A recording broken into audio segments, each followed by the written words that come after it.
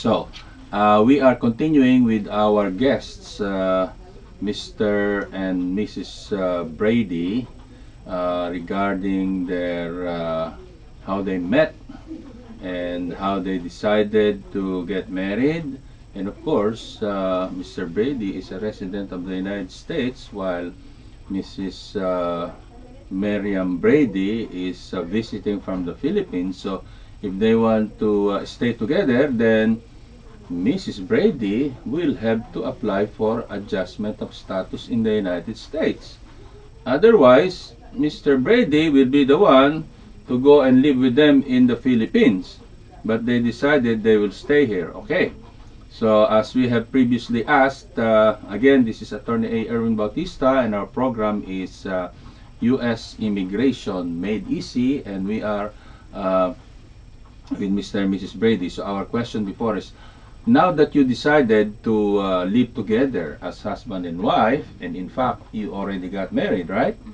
So, what brought you to our office? Did somebody referred you to come to our office to assist you with your immigration concern? Yeah, I have a friend. Yes. Yeah, she recommended this. Very good. Yeah. So, let's proceed with the process that we went through. So, how did we go about the process?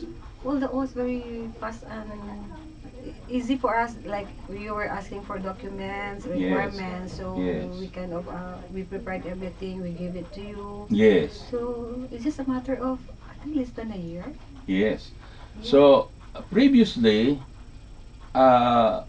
spousal petition requires on an adjustment of status requires a in-person interview at the U.S. Immigration, USCIS here in San Diego. But for whatever reason, during the years, two previous years, like 23, 24, the U.S. Immigration, if you submit documents supporting the good faith marriage, meaning this is a marriage for real, genuine marriage. It's not a marriage for convenience or for immigration purposes only. Then the U.S. Immigration, they sift through these documents that we submit, and if they find out that everything is good, everything is in order, they just approve Yeah. the petition and the adjustment. They don't require personal interview anymore. So how did it happen to you? Is that how it happened to you? That Yeah. we just submitted all the supporting documents, Yes, that is all the applications, and you just, so we submitted it. What was the next thing that you have to do? Well, I just have to wait because I received a green card. So, but first, weren't you required to report for No. fingerprinting? No, yeah. At first, Yes. they required me to go for fingerprinting and everything. Yes, and you showed up for I that. showed up for that, Uh-huh. and then they sent me a copy of my SSN. And Okay. they gave me a copy of work permit, Okay, authorization. so after the fingerprinting, then they just sent you your work permit, Mm-hmm. and then 1 or 2 weeks later, or maybe 3 or 4 days later, the Social Security number Yes, came. follows, yeah. Yes, yeah. it followed the work permit. And then how long between getting the work permit and the Social Security number before you got your green card? I think that was Is it a month later? yeah, 2 a months month, later? Yeah, I think just a month. Yeah, a month later. Okay, if you can recall, from the time that we submitted the application, how long did it take for the U.S. Immigration to issue the actual green card? So there's the fingerprinting, there's the work permit, and the Social Security number, and then the green I card. think 9 months. 9 months, okay. 9 months. Not bad. Can I interject something here? Sure, of course. Before we decided to stay here, Yes, we had some serious thoughts because I not only wanted to be able to go visit in the Philippines, yes, but I wanted Miriam to be able to go back and forth if she needed to. yes. That's why we decided to stay here, get married, and go through this long, deliberate process. Yes. And it was well worth the wait. Very good. Very good. Good to know. We'll let the U.S. immigration know. Yeah, of course. That's we have one satisfied client having good views about the immigration. All right, because sometimes it takes too long, Yeah. but this time you did not even lose patience, or you did not even become impatient, or and it came. So now I was wondering, did we also apply for the advance parole, Oh yeah, actually I received the work permit and the advance parole? the work permit and the advance parole. Oh, okay. Yeah, Yes. I You know, received that. before April 1st of 2024, if you file for adjustment of status, you will be able to file the work permit and the advance parole at no extra charge, no additional fees. But after April 1st, they charge extra for the work permit and the advance parole. You know, if you're going to file the work permit with the adjustment status, it costs only $260. Otherwise, it costs more if it's filed separately from the adjustment. And the advance parole now costs around $630. Oh. Yeah. Whether it goes with the adjustment of status or not, you have to pay for it separately. So we got lucky, I guess, went with our timing, right? Just Yes, yes, yes. So now, after we're done with your green card, did you notice how long it is valid for? That's 2 years. Yes, Yeah. because it's called the conditional legal permanent resident card, because since you have not been married for 2 years or longer, then they issue a conditional green card, which means you have to file a joint petition to remove the condition, Right. which is like 3 months before it expires. You can already file Yeah. for the removal of the condition, or in renewal, in simple terms. Now, once you file that renewal, they issue a receipt that says, oh, well, you can use this expired green card for another 24 months, or sometimes even longer, because they are swamped with this type of application. They do not process it right away.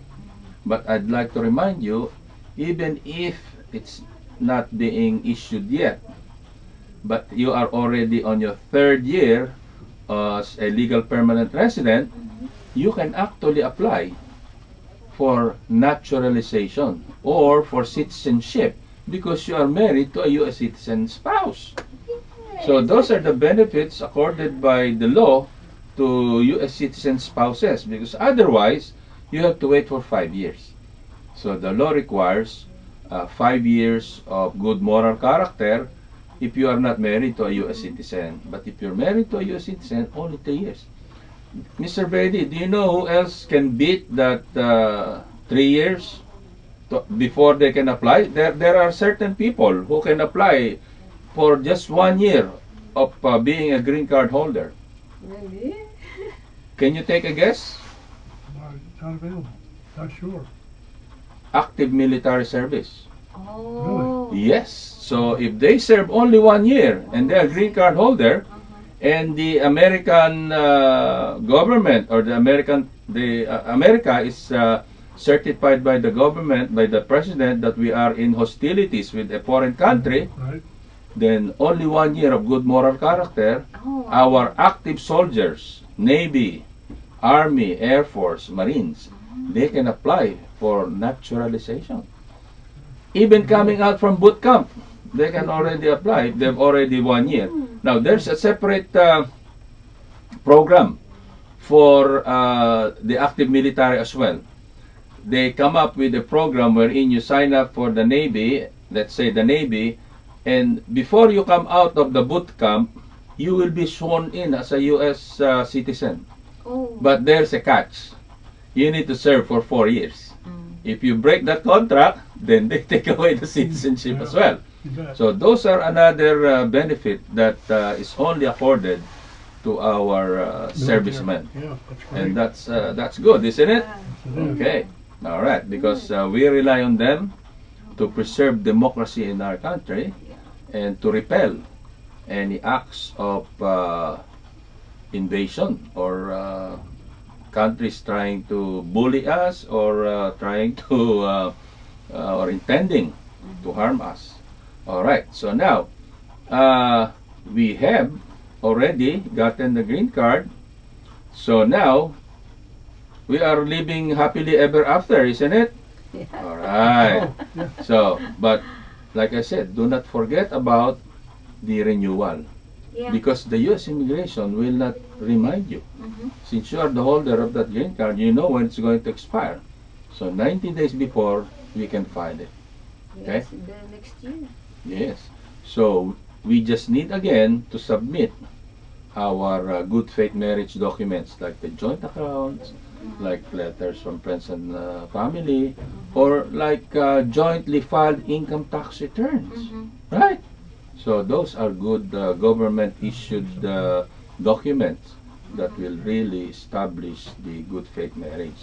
Now, before we end our interview, do you have any messages that you want to give to our watchers, listeners, Mr. Brady? Any messages from you? Biggest thing I would say is if you find someone that you want to settle down with, and you follow, if you have the patience and tolerance, go through the process because it's the easiest way. Yes. There's no problems whatsoever. Yes. It just takes a little bit of time. Now we've heard some people in our church about some people who had to wait what seemed like an extremely long time for their Yes. green card, Yes. Yes. and then they wanted to get married and stuff like that. So Mhm. it's, the importance of the documents are very, very important. Yes. You know, when we got letters from the pastor about the fact that we're active in the church and things like that, and that we're together and all that stuff. That helped a lot. And we have a guy who's a government agent who Yes. also gave us a letter of recommendation. Yes. So that's Be- been very helpful. Yeah, because initially when you got married, you have only scanned documents to show about the joint accounts, because especially number one, you don't have your social security number. Right. Even if you want to open several accounts jointly, Yeah. no one would want to open Open that them up. account That's because you don't have a social security number. Mhm. So very that's important. why it's very hard to collect documents, especially if you're just a few months into your marriage, to prove the good faith marriage. So Yes. that is why I really would recommend people to go into this with assistance. Otherwise, if you go on your own, yes, you can do it, but you might not have the guidance of what documents to show, to submit, in the absence of like a joint bank account or like a lease agreement where both of your names are in there, or utility bills. So in the absence of those, what can you submit? So it's hard to think. So, but because you sought assistance, then we were able to help you. Yeah. Okay, Mrs. Brady, last word. What do you want to say? Yeah, I'm very grateful and thank God that Yes. A friend that really highly recommended, Uh-huh. and so there's no other way of going to somewhere else but Yes. say I'll go with this, I'll stick with this, I get it. So Give I our thanks yeah to that person. I really, but sometimes when you go to the other place that you don't feel comfortable, Yes. I cannot do that as well. But first and foremost, I really have to pray, Lord, you're leading me. Yes. So these are the right people for us. Very good. Yeah. All right. Mga kababayan, wherever you may be watching or listening in the world, thank you for being with us. Thank you for our guests for giving us the time to share their experience, Mr. and Mrs. Brady. Maraming salamat po sa lahat ng nanonood at nakikinig. Come on.